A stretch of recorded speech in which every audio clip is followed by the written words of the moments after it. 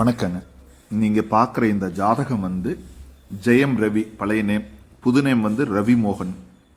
Cinema நடிகர், பிரபலமான நடிகருங்க. இப்போ இவர் சமீபத்தில் ஒரு பேட்டி கொடுத்துருப்பாரு, நீங்கள் எல்லாம் பார்த்துருப்பீன்னு நினைக்கிறேன். அப்படி இல்லைனாலும் நீங்கள் யூடியூப்பில் பார்த்துக்கோங்க, அவரோட பேட்டி முழுசாக பார்த்துக்கோங்க. அது ஜோதிடத்திற்காக நான் இந்த வீடியோ போட்டிருக்கேன். ஆனால் அவரோட ஹிஸ்ட்ரி பூரா நம்ம இங்கே சொன்னோன்னா நிறைய டைம் எடுத்துக்குங்க. இங்கே முழுக்க நம்மளோட கரு என்னென்னா, திருமண வாழ்க்கையில் தோத்து விட்டார், திருமண வாழ்க்கையில் ஏமாற்றப்பட்டு விட்டார், குழந்தைகளும் கூட பார்க்க முடியவில்லை. ஸோ ரொம்ப உடஞ்சு ஒரு மாதிரி தன்னுடைய உச்சபட்சமான ஒரு விரக்தியின் மனநிலையில் அந்த பேட்டி கொடுத்துருப்பாங்க. இங்கே ஏன் அப்படி நடக்குது, இவருக்கு மட்டும்தான் நடந்திருக்கா அப்படின்னு கேட்டிங்கன்னா, இந்த மாதிரி லட்சக்கணக்கான ஆண்களுக்கும் பெண்களுக்கும் இந்த மாதிரி வாழ்க்கையில் நடந்திருக்கு. அதை பற்றி கிரகமைப்பாக தான் நம்ம பார்க்க போகிறோங்க. இது ஒரு ஆணோட ஜாதகமாக இருக்கனால நம்ம எடுத்த உடனே பார்க்க வேண்டியது குருவிங்க. குரு ஆக்சுவலாக சிம்மத்தில் இருக்கு. ஆனால் சூரியனோட இருக்கிற மாதிரி உங்களுக்கு தெரியும், ஆனால் கிடையாதுங்க. சூரியனை கடந்து வந்துட்டாரு, வெளியில் வந்துட்டாரு. குரு சூரியன் சேர்க்கை இருந்தால் அந்த மாதிரி பேட்டி கொடுத்துருக்க மாட்டாரு, அந்த மாதிரி ஏமாந்து இருக்க மாட்டாருங்க. இது ஜோதிடம் தெரிந்தவங்களுக்கு அனைவருக்குமே தெரியுங்க.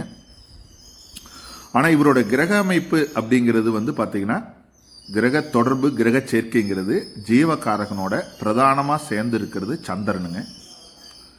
பொதுவாக குரு சந்திரன் சேர்க்கை இருந்தால் காதல், திருமணம் வரும், சலனங்கள் வரும், குழப்பங்கள் வரும்.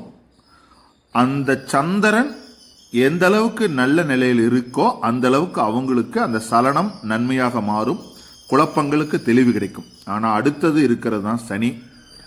அது மிகப்பெரிய ஏமாற்றத்தை கொடுக்கும், தோல்வியை கொடுக்கும், அவமானத்தை கொடுக்கும். ஒரு பேட்டியில் அழுது ஒரு மாதிரி எமோஷனல் ஆகிற ஒரு நிலை வருது அப்படின்னா அதுக்கு சனி இல்லாமல் அது வராது.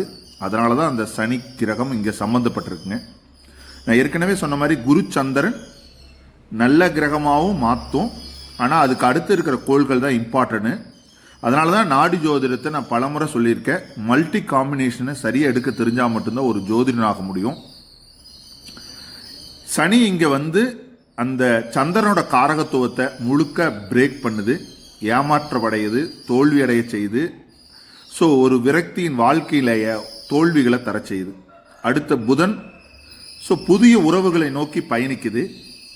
அந்த புதனுக்கு திரியோணத்தில் கேது வர்றதுனால அந்த உறவும் ஏமாற்றம் அடைகிறது, அந்த உறவையும் அடைய முடியாமல் நிலை வருது. நீ எந்த ஒரு ஆணோட ஜாதகத்திலிங்க குரு பிளஸ் சந்திரன், சனி அல்லது கேது இந்த அமைப்பு இருந்தா, குரு பிளஸ் சந்திரன் அதுக்குள்ள கேது வந்தாலும் சரி, சனி வந்தாலும் சரி, ரெண்டுல யார் வந்தாலும் சரி, ஒவ்வொன்றுக்கும் வேல்யூ வேற வேற தான். இந்த ரெண்டுல ஒன்று வந்தா அவருக்கு வாழ்க்கையில கண்டிப்பா மேரேஜ் லைஃப், பர்சனல் வாழ்க்கை தோல்வி. அடுத்தது வெறுமனே இந்த ஜீவகாரகனை மட்டுமே வச்சு முடிவெடுக்க கூடாதுங்க. நம்ம கலஸ்தர காரகனை பார்க்கணும். இங்கே சுக்கரன் ராகு அப்படிங்கிற காம்பினேஷன் இருக்கிறது பார்த்துருப்பீங்க. இப்போ ஜாதகர் சந்திரன்னா அன்பை எதிர்பார்க்குறாரு, சனி ஏமாற்றமாக இருக்கு. அப்போது சுக்கரன் ராகுங்கிறது மனைவழி உறவுகளை சொல்லும். அப்போ அங்கே சுக்கரன் ராகுங்கிறது அவங்க பலமானவங்க, பொருளாதார அடிப்படை கொண்டவங்களாக இருப்பாங்க. அவங்களோட விஷயங்கள், அவங்களோட தேவைகள் மற்றும் அவங்கள சார்ந்த பல விஷயங்கள் அவங்களுக்கு சாதகமாக உருவாக்கிக்குவாங்க. அப்படி மனைவி உருவாக்கும் போது ஜாதகர் ஏமாற்றப்படுகிறதா நினைக்கிறாங்க. குழந்தைகளை பார்க்க முடியாமல், குரு சனி சேர்க்கை குழந்தைகளை அனுபவிக்க முடியாதுங்க, குழந்தைகளோட சார்ந்து வாழ முடியாத நிலைகள் உருவாகுங்க.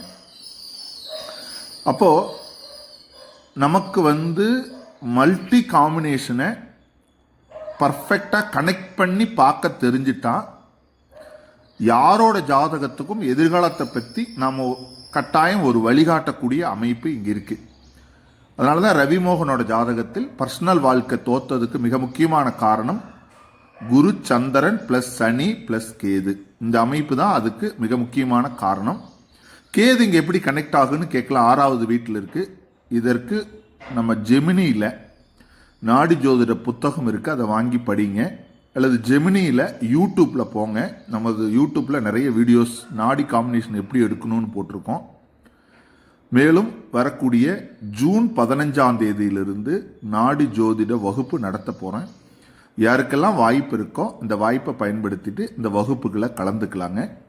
இங்கே நான் வந்து லக்கணத்தை பயன்படுத்தி பலன்கள் எடுக்கல. ஏன் அப்படின்னா இது துல்லியமான நேரமின்மை அப்படிங்கிற சில பிரச்சனைகள் இருக்கிறனால கிரக சேர்க்கைகள் கிரக தொடர்புகளை மட்டுமே வச்சுக்கிட்டு உங்களுக்கு பலன்களை தொகுத்து இருக்கிறேன். வேறு ஒரு தருணத்தில் வேறு ஒரு வீடியோ பதிவுடன் சந்திப்போம். நன்றி, வணக்கம்.